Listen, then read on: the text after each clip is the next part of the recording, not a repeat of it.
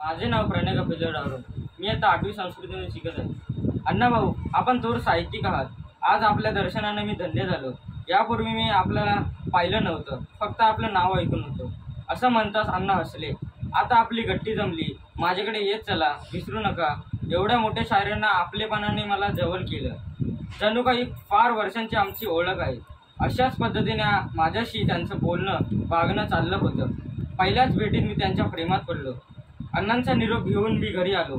तिसऱ्या दिवशी अण्णांच्या भेटीस गेलो असता मोडक्या टेबलावर तुडक्या खुर्चीत बसून एका दांडीला धागा बांधलेला तुटका चष्मा डोळ्याला लावून अण्णा लिहित होते. जेव्हा जेव्हा मी जाई तेव्हा ते लिहितच असत. 5-1 मिनिटं मी आतल्या एका बाजूला उभं होतो. तिथं पाणी साचलेलं छोटंसं डबकं होतं. चुलीजवळ साठेवहिनी गालाला हात लावून विचारमग्न बसल्या होत्या. त्यांच्याजवळ एक तांब्या, एकच जर्मनचं ताट, एक डेचकी असा हा संसार तोंड वाचून पडलेला. चुलीत अर्धी कोळसा झालेलं लाकडं होती. अण्णांच्या वरणीला बऱ्याचपैकी एक सदरा लेंगा अँगरला लोंबकत होता. अण्णांच्या समोर एक पुतळा होता.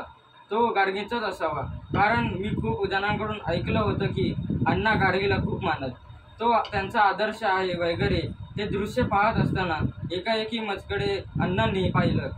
केव्हा आलात विचारलं. नुकतंच आलो असं मी सांगितलं.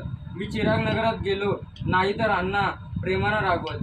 अण्णांना माझ्याविना करमत नसे व मला गमत नसे. हळूहळू आमचा घरोबा वाढला.